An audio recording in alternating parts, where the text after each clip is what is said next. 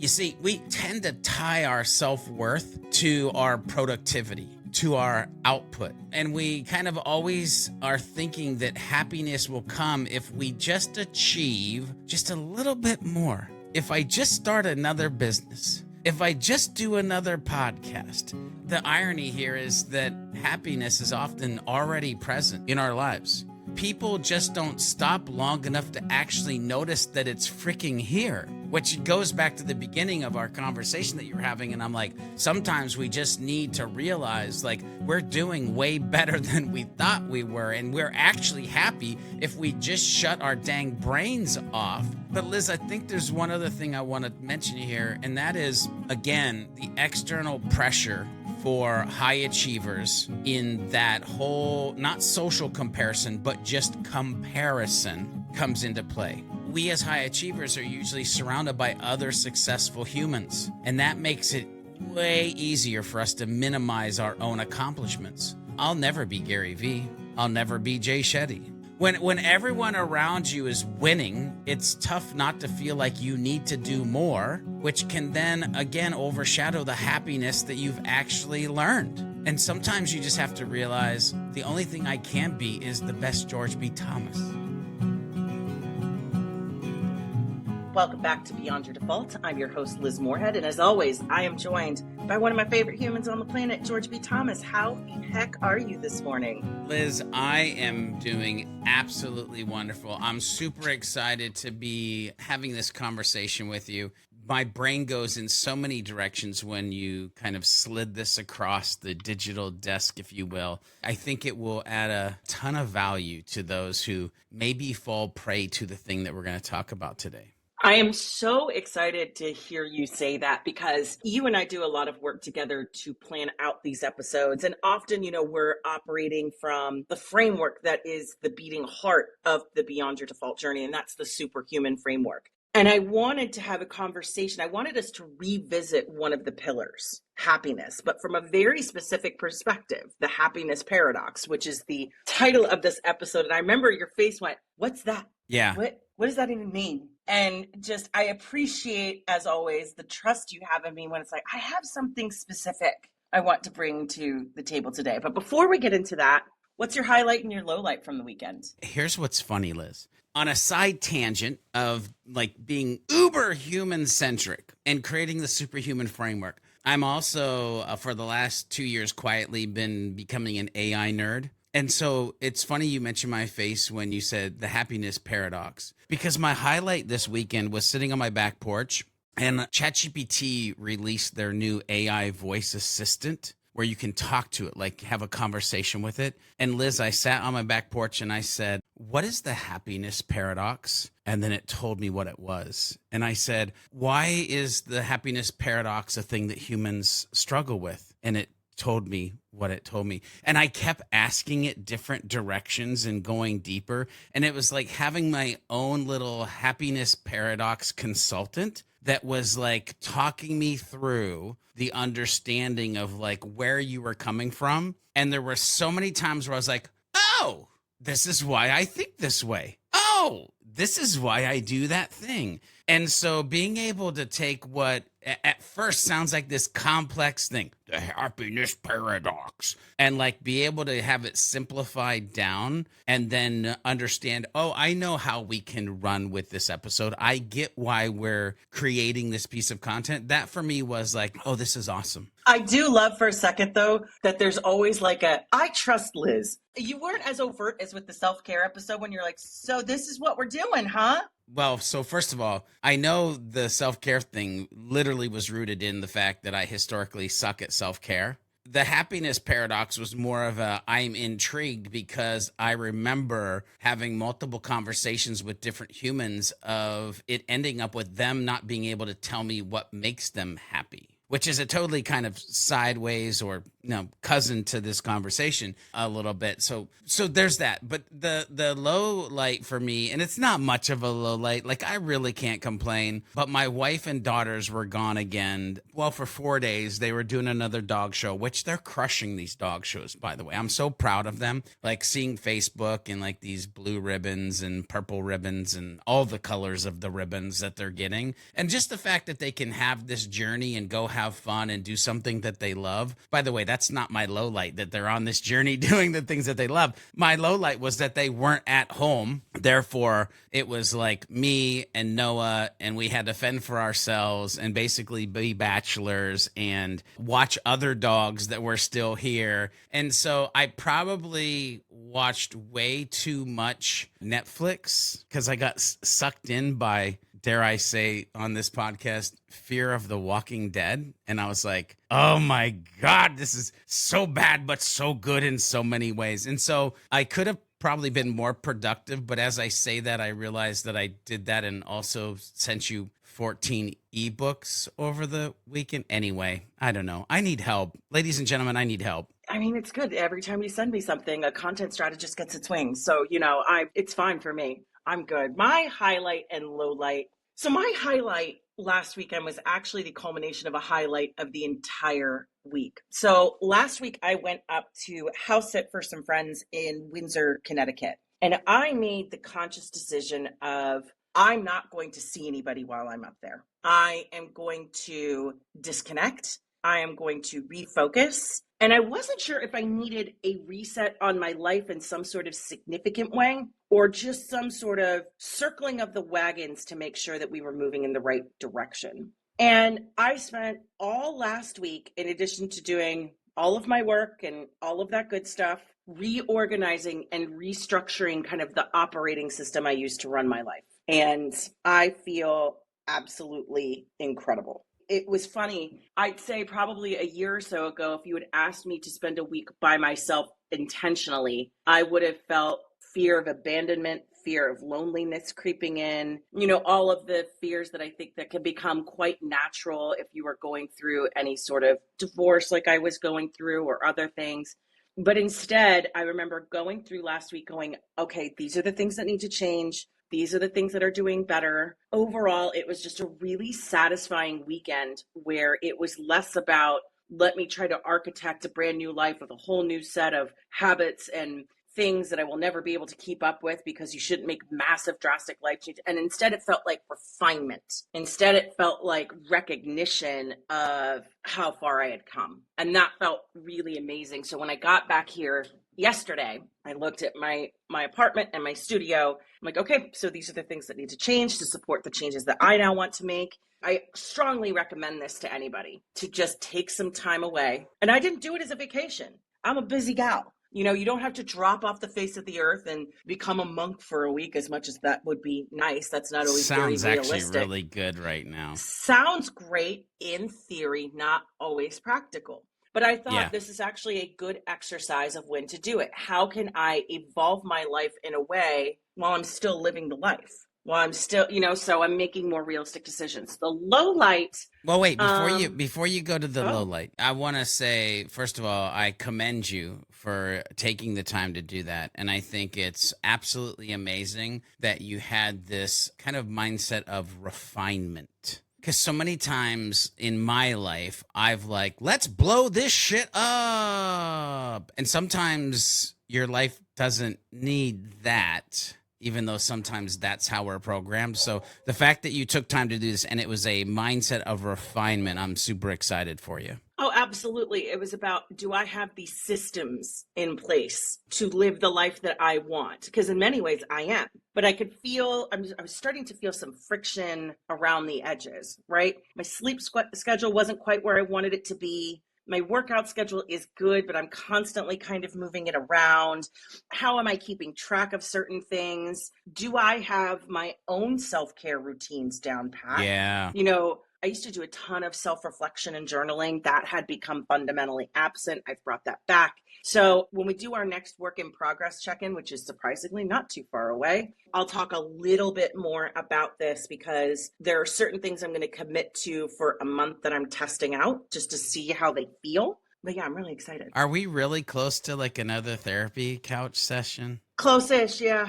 We do it Oh every 20 boy. episodes and we're on 56. Wow. Yeah, so Holy not far. mackerel. Okay, I'll start to No, brace myself. yep, it's okay. I'll start to brace myself too. We've both gotten pretty good at our little excavations. Let me throw a couple digital punches across the microphone. The low light was I got to spend the night in Mount Laurel, New Jersey's finest Econo Lodge. Oh, Yeah, nice. I had to make a responsible decision. So when I was on my way back from Connecticut, there was a big accident that ended up making it super late when I was getting back. And I Yeah. was just about to hit Delaware. And once you hit Delaware, yeah, like Maryland's not too far away. It's not too bad. But I was starting to feel it behind my eyes. I'm like, I could make it, but this will be heck on earth. And I'm like, oh look, there's an exit with lots of lodgings. And I ended up in the world's finest Econo Lodge. And I'm like, you know what? At least it'll be cold in here. It was cold with a knocking air conditioner. But you know what? Oh, It's one of those things where it's like the mattress was probably about 3 matchbooks thick. We did what we had to do. you probably wanted to get levitate over it anyway, in general. Yeah. Yeah. It was kind of funny. And I was like, I'm just going to fall asleep to Matlock and just hope for the best. Got up the next morning, got my crappy free coffee downstairs, but hey, it was free. And then got right back on the road. And if that's the low light, that's kind of funny. So I'll take it. Yeah, without a doubt. It. There's much worse that could be happening. I have a more interesting story that's going to intro us into our conversation about the happiness paradox today. Okay. So I had a very funny conversation with a friend of mine last week. She had just recently started dating this guy, maybe about a month or so ago, and they're the same kind of weirdo. They're absolutely perfect for each other. I know people like that. And the thing is that she and I are quite similar. Her background, relationship-wise, has not historically been the best. It's been a bit painful in different ways. So her experience with happy, healthy relationships is, on the minimal side, right? She and I were having a conversation on the phone last week, and she's like, I just feel terrible. I'm like, well, what's wrong? Did something happen? We'll call him Mike. Did something happen with Mike? It's just, no, he's great. I just can't shake this horrible feeling right now. And Mike, for his work, spends a few days a week in a different place and then travels back home. It's just part of his job. And I said, well, wait a minute. Hold on. We'll call her Susie. I said, Susie, question. Do you just miss him? And she went, oh God, is that what this feeling is? This is terrible. Why do people want this? We had a good laugh about it because she was sitting there feeling like, oh my gosh, if I'm feeling this way, it must be terrible. She didn't know how to name the feeling. And then when she put a name to it, she realized, I just miss him. And I'm like, that's a happy thing. And it got me thinking about this idea of happiness, right? And what happiness looks like, what it feels like, doing the work of how to define what makes us happy, what it means to find it and experience it and cultivate it. But I've noticed that there's something that I'm sure maybe there's a different name for it, but I like to call it the happiness paradox. Those moments where we don't feel the happiness, even when we finally achieve whatever that thing is that will genuinely make us feel happy. And we know it's here. It is defined. And these things that are, quote, making us happy aren't of the harmful or self-destructive variety, right? We've called out that we want a happy, healthy relationship where we could be vulnerable and feel supportive, and it's a partnership, and it arrives and we know it. We get that dream job. We start achieving real professional or personal success, right? But then the feelings and the facts don't align. Yeah. Like you might struggle to trust or feel comfortable in that new healthy relationship like my friend Susie. You may get the success you want, but then you might feel overwhelmed or even fearful of the success. And that's something a lot of people talk about, fear of success, despite it being something positive that you've worked for. Or sometimes the thing actually shows up and you don't even realize it's there. You don't see it. So someone might be so used to negativity or disappointment that they fail to notice that the good thing they want has shown up. And it's this weird thing, right? Because we expect, we did all that conversation in the happiness podcast when we initially discussed this pillar. I think we have this expectation that when we get the things that we want, we get the things that are going to make us happy, we're going to meet those moments of joy with joy. We're going to meet those moments of joy with open arms and excitement. But oftentimes there is a dissonance, there is a disconnect, and we don't always feel the happiness we expect to feel when we reach our goals, which is what I wanted to talk to you about today. Yeah. And how we navigate those paradoxical experiences. Yeah, it's interesting because a couple of things like shoot to my brain as you're kind of getting into this, like the amount of humans that I've seen self-sabotage, the amount of humans that I've seen, by the way, myself included, where you set a goal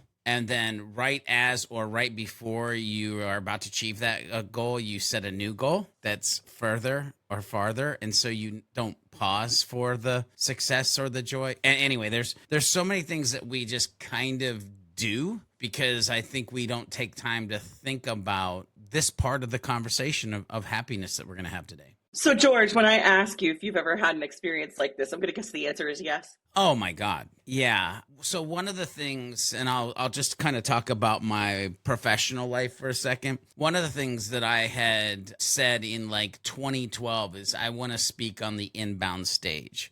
Now, I meant on the main stage, but even just speaking at inbound is a little bit of a big deal. And so in 2016, I actually got to speak at inbound for the first time. It was a breakout session, but I didn't know what was next. And therefore, I wasn't able to enjoy the fact that this was happening. And I even kind of by default moved it to, well, it's not the main stage. It's just a breakout. And so I should have been happy in that moment, but I found multiple ways to set or align to a different goal or to brush off the fact that it was kind of happening. And so I could rinse and repeat this for probably multiple things in my career, but also like multiple things in my personal life. I think it's something, Liz, that everybody ends up kind of falling prey to because it's a little bit of I feel like sometimes it's a sneak attack, a psychological sneak attack that we do to ourselves.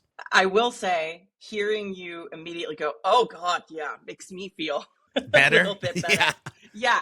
So over the past year, I've done a lot of work to deconstruct and rebuild. We don't need to go down that path again, but it's something I've talked about in detail through the course of this podcast. And one of the reasons I actually wanted to take this past week to do exactly what I said I did during the introduction when we were talking about our weekend was because a few weeks ago, I woke up and realized I had been telling myself the wrong story. You know, I had been feeling a bit adrift, right? You know, I'm going to be 42 later this month. Yeah, I'm not living in the big house like I used to be. Dating, what is that? Like, no, thank you.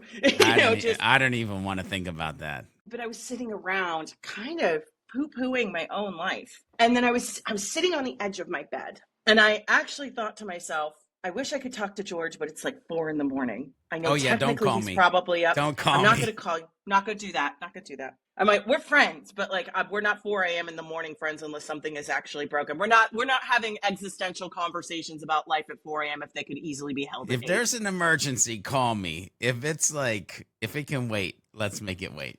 No, because a few weeks ago, as you know, and I mentioned on the show, like I had a bit of a health scare. Yeah. And it kind of knocked a bit of sense into me. And I was sitting on the edge of my bed. I went, wait a minute. Let me describe my circumstances as if I'm talking to somebody else. I'm living in an incredible studio apartment in the middle of the historic district of Annapolis. My neighbors are artists. My hallways are filled with canvases of art.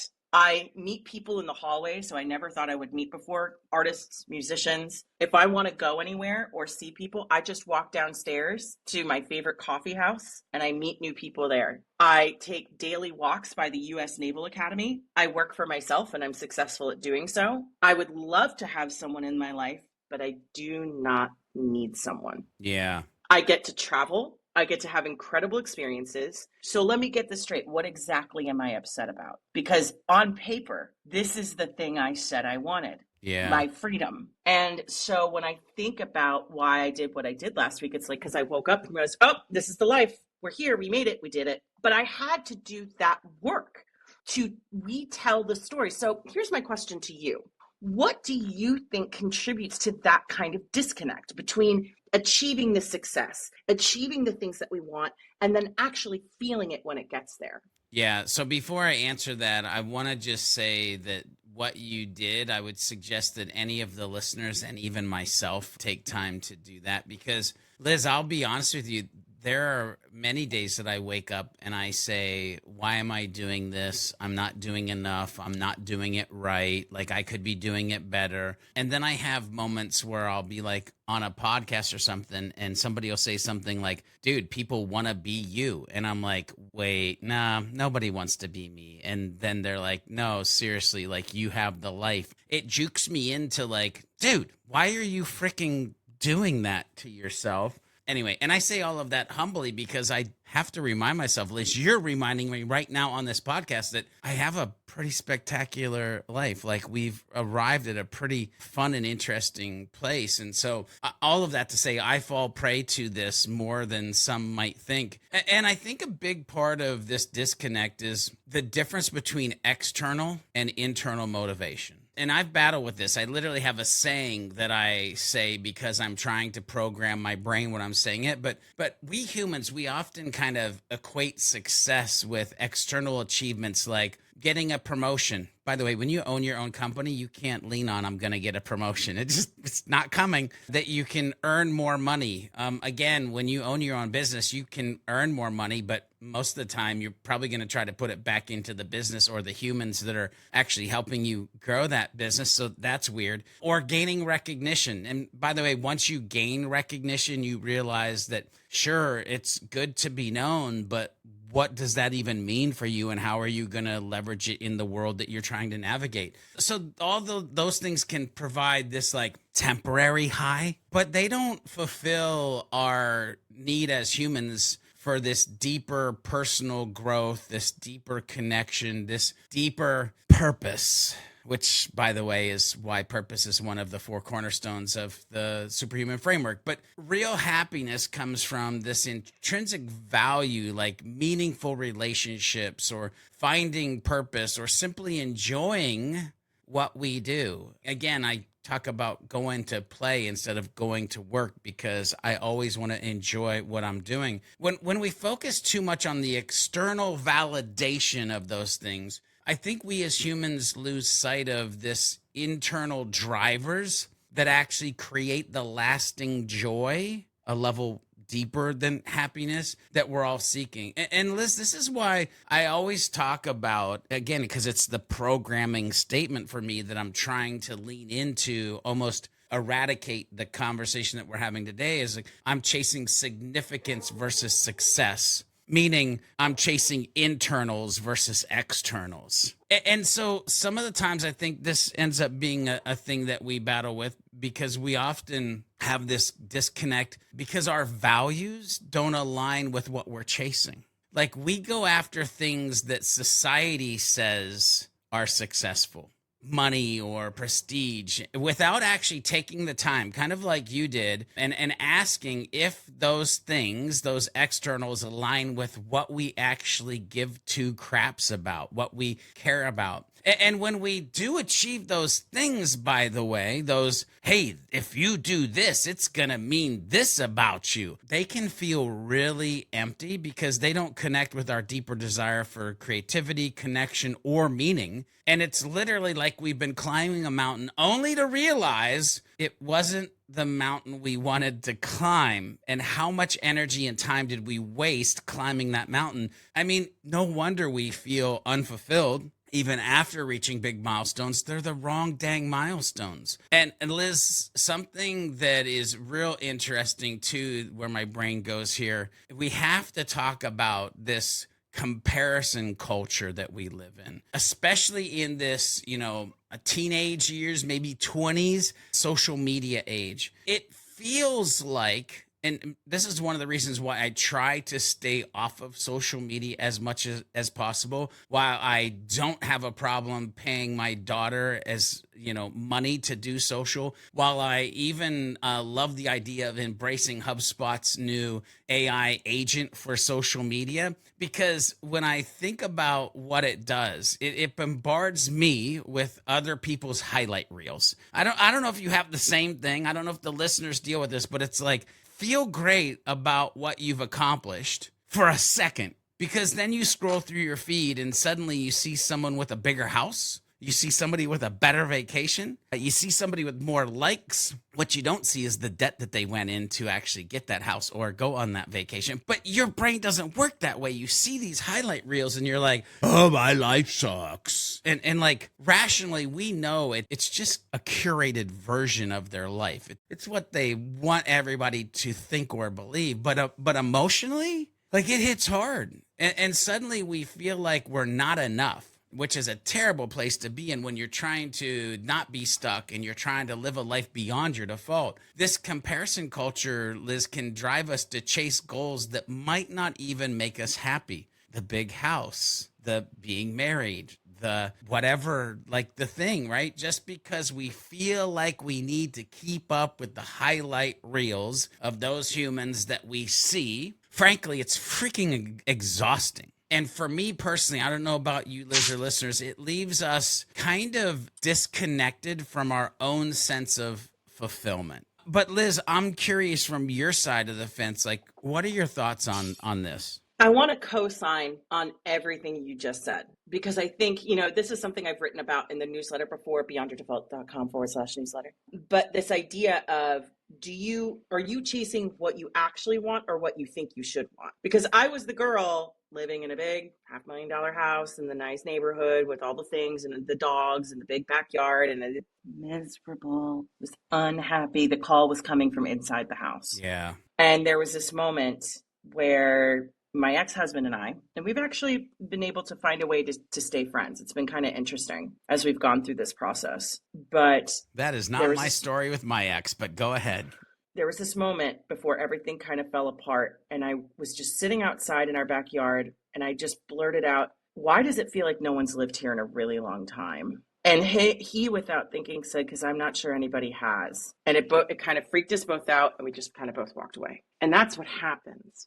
You end up with good people in situations that become toxic, that calcify. And sometimes that happens on an individual level, where we chase the things that we think we're supposed to want, and we check all the boxes. And for some reason, the more happy boxes we check, the unhappier we get. So that's one piece of it. But then there are the experiences where you are actually getting the thing that is aligned with you, and you still reject it like a bad organ transplant, if you even recognize it at all. For example, let's say you want to have a romantic relationship where you get to show up and it's healthy and it's vulnerable and it has all of these elements that you want. If vulnerability has been something you have struggled with in the past, meaning you haven't felt safe to be vulnerable in the past, which is why you want to be with a partner who makes you feel psychologically safe, you know what's going to happen? You're going to try to kill the baby. You are going to have a fight or flight response, because that happiness, my friends, is identified by reflex, by your subconscious and your psychology as a threat. So for example, let's say, we're going to use air quotes, hypothetically, you are someone who wants that, but you had to acknowledge yourself, hey, Liz, why did you stay? And it's because I was in a position where I didn't have to be vulnerable, which meant even when things were at their worst, I had a measure of safety and security. Because of the home life I grew up in, there is a level of threat and fear that comes with actually being vulnerable with another person. So we have to understand that we're going to have those moments where we're going to be met with the thing that we want, but our programming is to initially kill the baby. This is a threat. I understand this intellectually is what's going to make you happy, but this is too much. I think there's an added like double click into that of like, why are you there? Why did you stay? Because we also go like, well, if I don't, they'll judge me. Who are they? Like, it depends on your life and who you immediately think of. But to be honest with you, they probably won't, and they probably will, but they will also probably show up in a way of like, we wondered why you were doing that anyway. Oh, as someone who just went through that, I will be perfectly honest with you and say there will be people who judge you. But then you learn that is more like, if I'm sitting there telling you I am unhappy, in fact, I'm pretty sure no one is winning in this situation, that this is a really well packaged disaster. Do you really want to give up the house? Do you really want to? It actually became nothing about feelings or the person. It was, well, you have everything that you want. So those are connections that, quite frankly, Okay, Bye-bye. go off, be free. So there's that piece of it. But then there's also, even if you're willing to let it in, well, what if I break it? What if I mess it up? Am I deserving of this? All of these stories come in because we are putting ourselves in a position to experience something wholly new and unknown. Yeah. And our subconscious and that fleshy paperweight in our brain is desperately trying to keep us safe from re-experiencing pain, harm. So we may experience programming that runs counter to what we believe is logical. I get the happy relationship. I should just be happy. And then if you're programmed this way, I had to sit down on the edge of my bed after an experience of my whole life may be about to change in a very negative way from a health perspective. Thank goodness it did not. Yeah. To realize my feelings were clouding my judgment of the facts. I was telling myself the worst story possible about my circumstances until I realized, Liz, you chucklehead, this is what you want. It's not just what you thought you wanted. This is what you want and is actually good for you. And that veil of self-deception lifted. Nothing changed about my circumstances. But what will happen is when you are deeply afraid, if there's something around the experience that you're having is pushing you into a comfort zone where you have to release control, where you have to actually leap into the unknown and really do it. Don't just do the Instagram version of it, where you are living a life that is different than anything you had ever planned. You have to accept the fact that some of that is just going to feel uncomfortable.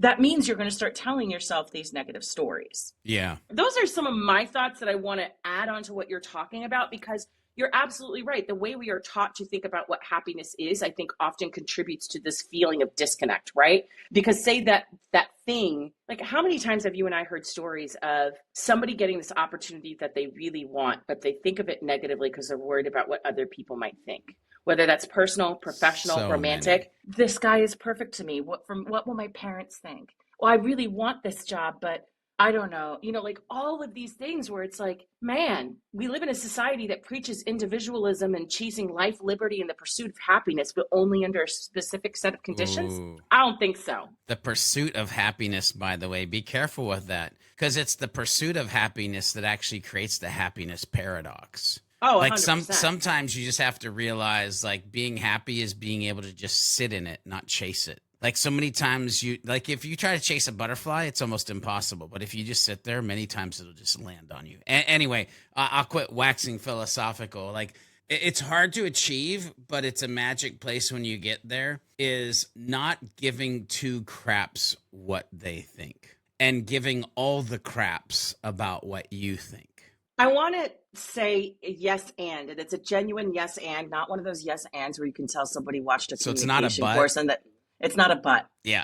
It's a yes and. It is not giving a crap what other people think, giving a crap what you think, but also being mindful of, like, there are some people, like, George, I give a crap what you think. Yeah. Like, you're not going to be in the room for every single one of my decisions, but it's okay to give a crap about what the right people think. Yeah. Very good point to add in there. But you have to learn yourself first, though. Like, I can't. Yes. To be very clear in why it's a genuine yes and, I had a disagreement with a friend of mine recently who was quite frankly very hurt that you knew I had been moving back to Maryland for months. Yeah. Many of the people in Connecticut did not. In fact, there was one person who I waited to tell very late. Well, he and I finally had a conversation about it, and I said, two things are true. I recognize exactly where you're coming from, and let me explain why this happened. I spent almost 2 decades or more programming myself to make decisions based on what other people think. Yes. To the point where I would look in the mirror and not know if I was wearing an outfit, if it's because I actually liked it, or if it's because I thought I was who I was supposed to be, or all of these different things. Like I literally did not know who I was or what I wanted. And I said, in hindsight, what I did was kind of an overcorrection, but I needed everybody out of the room while I made a decision. And I had to be very careful about who I told and when, because I needed to not walk away feeling like I was doing something wrong, doing something I was right. Yep. And you were one of the last people I told because you mean so much to me. And I was so worried about what was going to happen. We're fine now. Yeah. And he ended Yeah. up understanding. But to your point, this is why it's a yes and. If you have historically been a people pleaser to the point of self-destruction where you look in the mirror and you're like, is this my beautiful life? Is this my beautiful house? Like that Talking Head song, but like in the worst way possible. You kind of have to relearn how to make promises to yourself that you actually want to keep and understand why you're making the decision that you want to make. Then you get to decide about whose opinions you care about. But you have to learn to repair that relationship with yourself first. Yeah.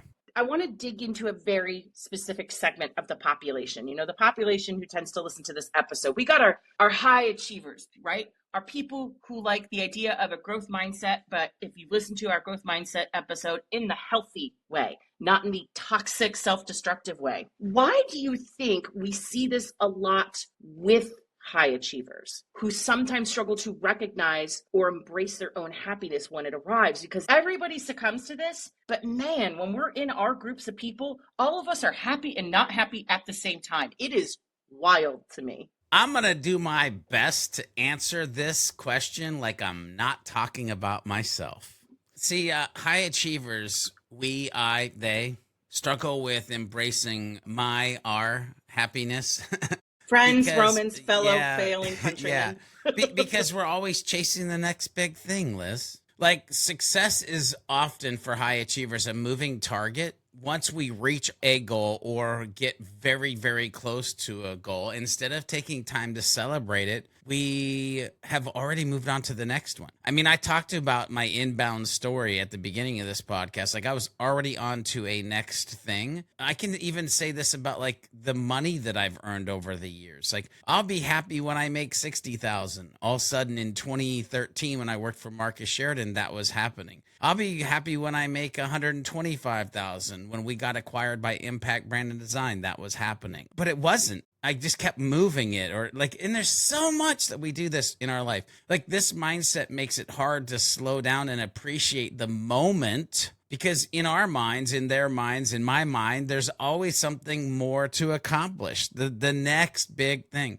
I also think that, and I'm phoning this one in for a friend, perfectionism, it plays a significant role here. As high achievers, we set these incredibly high standards, not just for others, but for ourselves. Even when we reach important milestones, we tend to downplay the success or allow ourselves to zero in on what didn't go perfectly. Liz, I'm just a guy. I say this, I'm just a guy, because of this thing that I'm talking about right now. Like, it creates a situation where nothing is ever good enough, making it challenging to feel the happiness, the joy that should come from the success or successes that are happening to these high achievers. There's also, again, talking about everybody except for myself, not really. There's also like a fear that if we stop to relish our achievements, we'll lose the momentum and fall behind. Falling behind is one of my biggest fears. You see, we tend to tie our self-worth to our productivity, to our output. And we kind of always are thinking that happiness will come if we just achieve just a little bit more. If I just start another business, if I just do another podcast.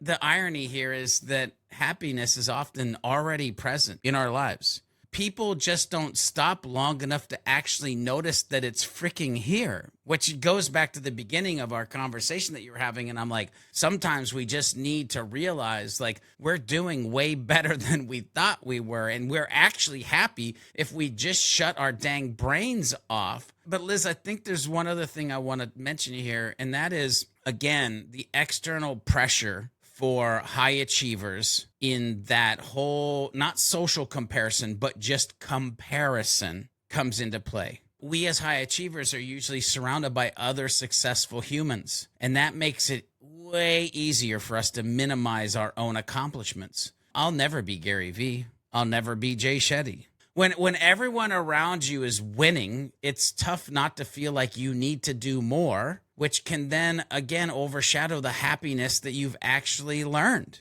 And sometimes you just have to realize the only thing I can be is the best George B. Thomas. Liz, what do you have brewing in the cranium of yours? I saw you like have a visceral response to a couple of the things that I said. Yeah, particularly the idea of, do you have to go build something wholly new, or do you already have that opportunity you're looking for in your front yard, right?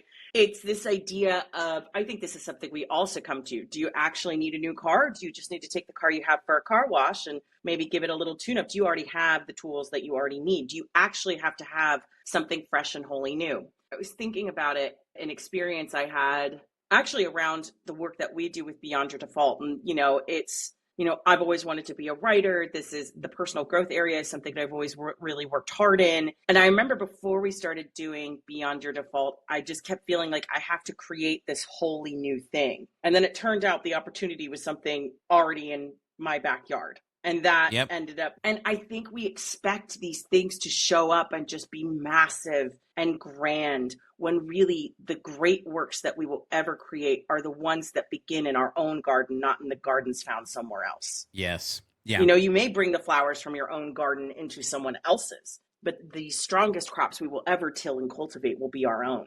I love that so much. And Liz, it's funny, not to interrupt you, but you're literally unlocking something in my brain. I jokingly said at the beginning of this episode, yeah, I sent Liz 14 ebooks over the weekend. And my brain wants to say that that was nothing. It was no big deal. But as I hear you talking, my brain goes, do you not realize the massive boulder that you just lifted, so that in 30 days, 60 days, 90 days, you'll be able to throw it into the pond of life? And do you not understand the tsunami that is about to take place? And I would say, no, at the moment I didn't, but in the moment of our conversation, I do. And so sometimes it because we become so good at something, because we streamline as high achievers the processes, sometimes we feel like it's not that big a deal, when actually we are doing Herculean efforts to mere mortal humans who look and go, how are they doing all of that?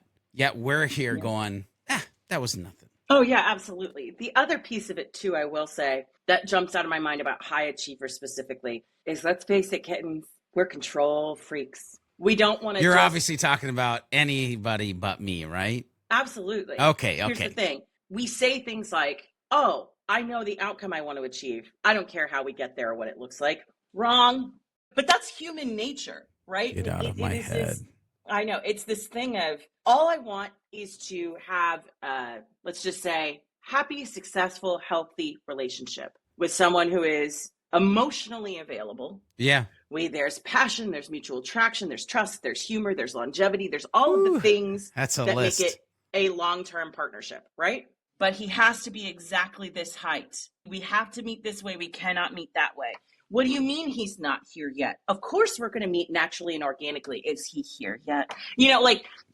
And that's just like a very basic example. But I want to leave a ding in the universe. I want to do X, Y, Z. Whatever that ends up looking like, I'm okay with. I know these things come about organically. So here's the 18,000 step plan. If we don't follow this exactly to the letter, I don't care what the outcome looks like, we will have failed, right? We get very hung up on, because you and I have talked about, you believe in the power of prayer. So do I. Some people call that actual prayer and a connection with God. Some people call that more kind of like manifestation. And some people just call that agency. I sit down and decide what I want.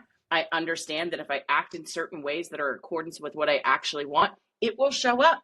It will just happen. Whether that's the flying spaghetti monster, God, the universe, or just our secular abilities to be free will wielding humans. Yeah. Right?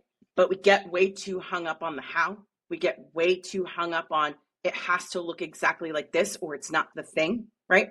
If you had told me last year to design what a free life looked like, it would not be this. Yeah. It would not be this. It would be wildly different and probably not as free, because I didn't know how to define free. I didn't know what that actually meant. When you try to define these things within an inch of their lives and then control things with such a grasp, right? It's a clenched fist. And when you have your fist clenched around an opportunity, you will never give it the oxygen to take a true shape. You will always be restricting it to be a very specific form. It Yeah. also doesn't allow any room for your wants and desires to evolve. Yeah. It's interesting because as you're talking about that, I'm just being real. I actually think I don't do that. I think I am actually good on that level. Could I be better? Yes. But I give things a lot of room to breathe and a lot of room to like pivot or transition into spaces or places they need to be. But I do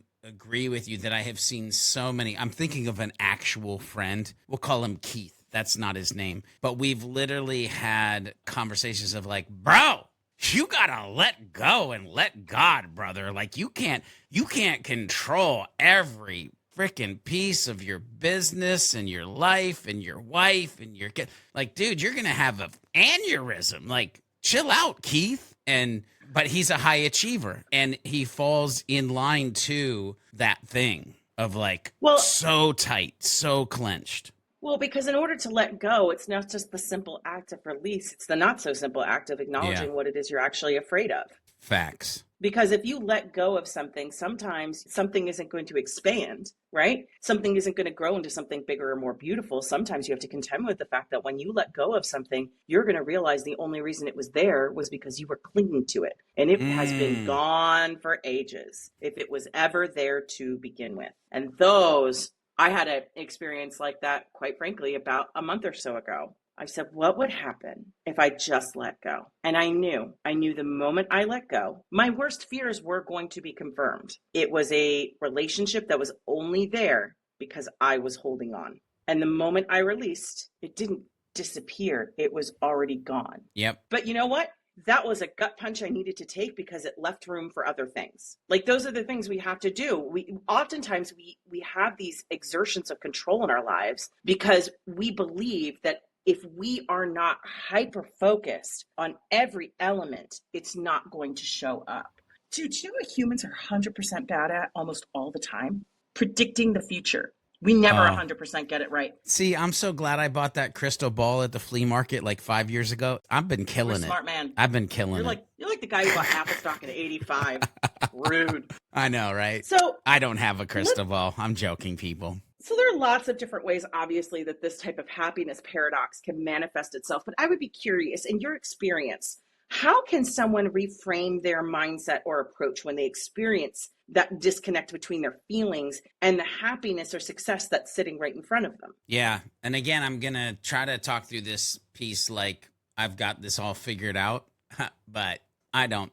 Liz, when this question came through, I had to really sit down and think about this one. But I think one of the most powerful ways to reframe, and I think that's a key word right there, the mindset when you feel that disconnect is to practice presence.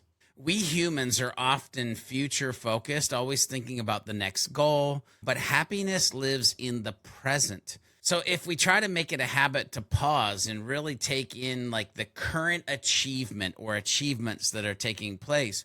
And when I say pause, what I want you to do is reflect on how far you've come. Liz, you know, I have this whiteboard and I refuse to erase it because it says I've come a long way since 2013. And I have.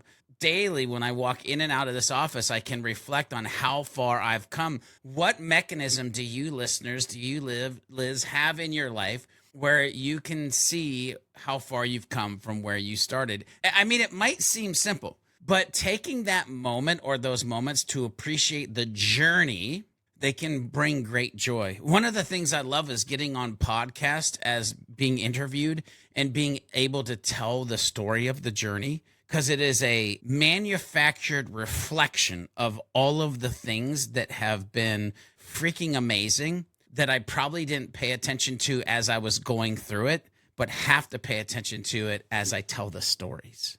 Redefining success on your own terms is another thing that I think is key. We kind of alluded to this earlier of like comparison, but what does success look like in your terms?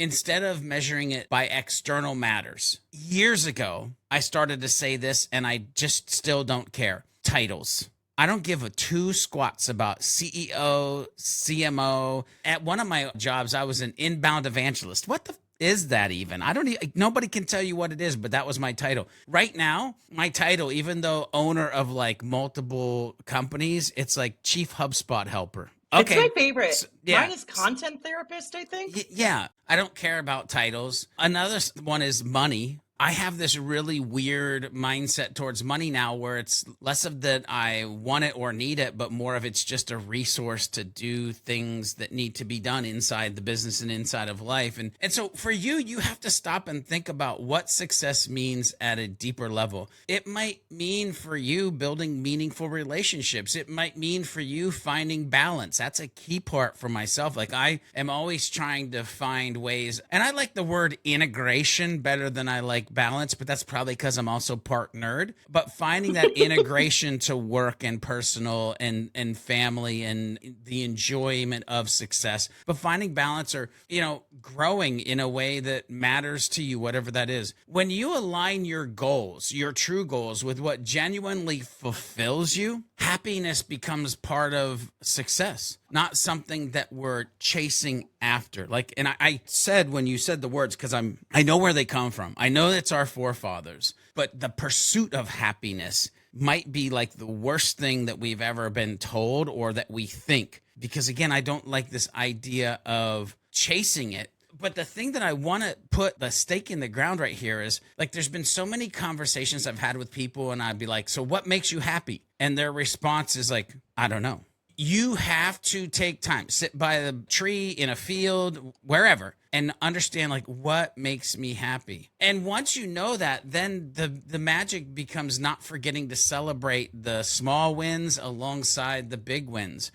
We humans, I am talking about myself, we often jump from one goal to the next without pause. We don't recognize the success of the smaller steps. We don't realize those smaller steps were probably Herculean steps, to be honest with you. And if we do pause, if we do think, if we do allow ourselves to add up the success metrics that truly matter to us, and again, in a healthy way that doesn't become egotistical or narcissistic, but is at least a balance of a true sense of what we're doing and who we are, this gets us to a sense of fulfillment. It's the 1% better, right? It's about enjoying the daily progress, not just waiting around for the big moments. Not just waiting around for the big moments, Liz. Liz, do you have any like bonus thoughts, tips, other conversations we need to have here? Yeah, I would say a couple of things. First of all, number one, maybe I'm only speaking for me, but at least in my experience, I don't consider a happy thing to have arrived until I feel it. I think I, for a really long time in my programming, had it as, well, happiness is something you feel. So until I feel it, I'm not happy. And that's not necessarily the case depending on your programming, right? We've spent a lot of time talking about the fact that like sometimes you can have the thing you want sitting right in front of you and you're just like, what are you? Why are you here? I don't like you. You make me feel uncomfortable, right? So I think sometimes we have to acknowledge that when we get those things that we want, it's not necessarily going to elicit the feeling response that we expect. So to use your feelings always as the trigger response, it's not always going to be accurate. The other thing I will say are a few things. One, allow yourself to have complex feelings, right? Because if you are chasing after things that you will genuinely make you happy, these are not self-destructive things. These are not things society are telling you should want, right? You may have complex feelings about it because going against the grain of society or going against the grain of what you have decided to do for yourself and your whole life may bring up complicated feelings at first as you experience something new, as you step into genuinely unknown spaces, as you put yourself in a position of having to learn new things, to not totally always be the expert, right? Often happiness brings with it a sense of new opportunity, which means we are going to have to learn how to be in that healthy relationship, how to run that new business, how to speak on bigger stages, how to promote a book alongside doing whatever it is within your business, right? You are going to experience complex feelings.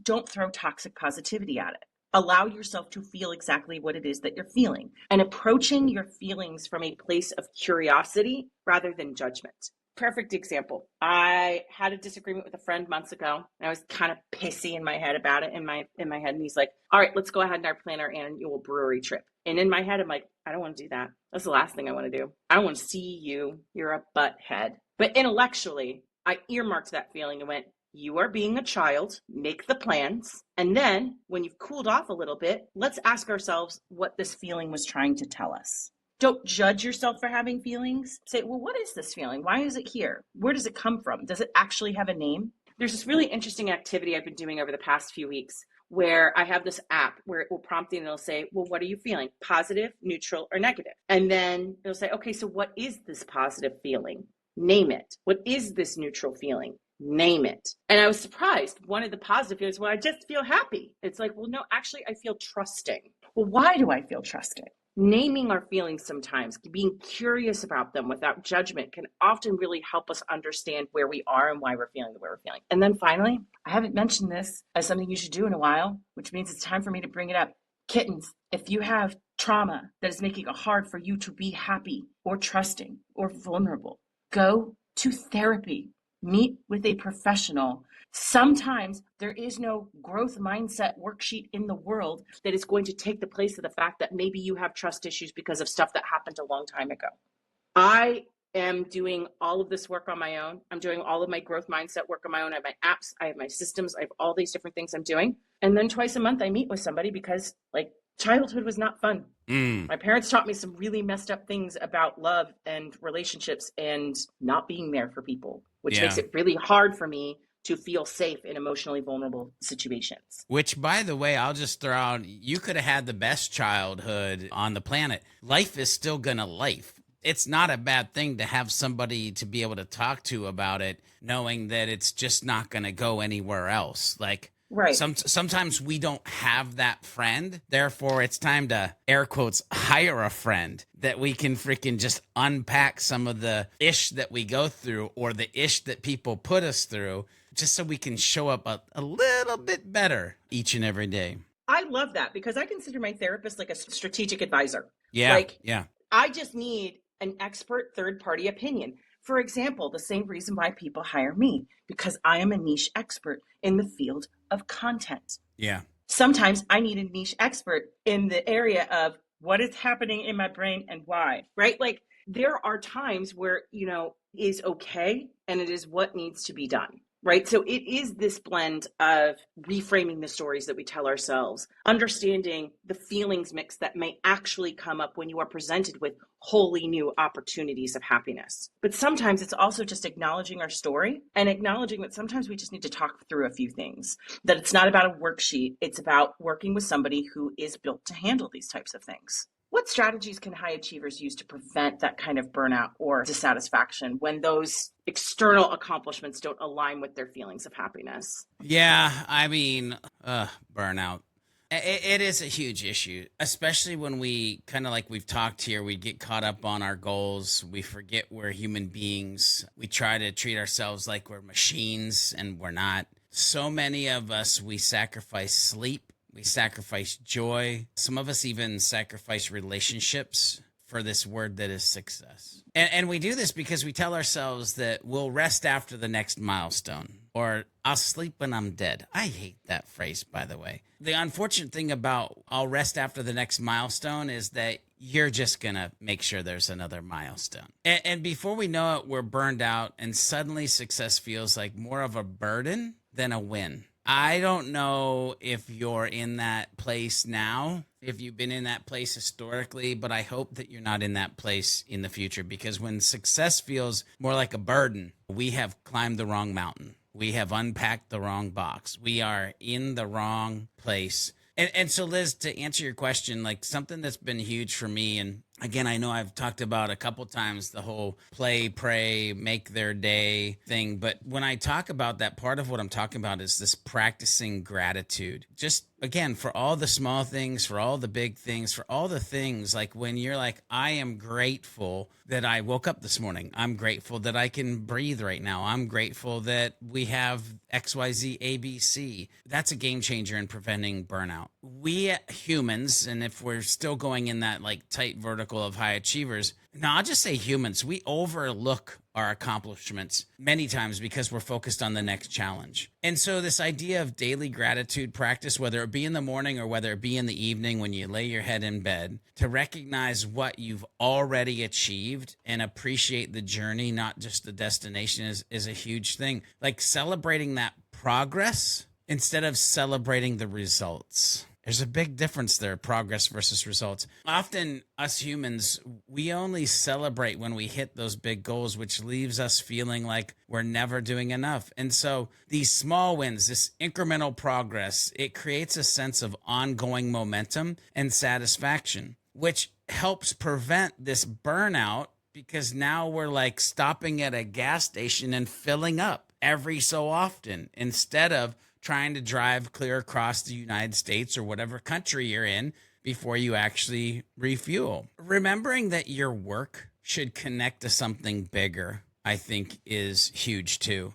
External rewards. Again, people have heard on this podcast, if they've been listening for any length of time, like the ripples, right? And if I tie this, remembering that your work should connect to something bigger, I also go to the Superhuman Framework and the fact that it's not a coincidence that the Four Cornerstones are love, purpose, passion, and persistence. Like, it's something bigger. There's not a mistake. It wasn't a mistake that one of the 10 H pillars is holiness. It's about something bigger. When we tie our efforts to a sense of purpose, whether it's helping others, it's making an impact, or aligning with your values, you have this ability to then create a deeper fulfillment that keeps you grounded, even when external success doesn't quite align with the internal happiness, but at least you're grounded in those moments. So that's kind of how I try to unpack it, how I play with this kind of concept, and definitely why those pieces of the Superhuman Framework have been built, especially around this topic of like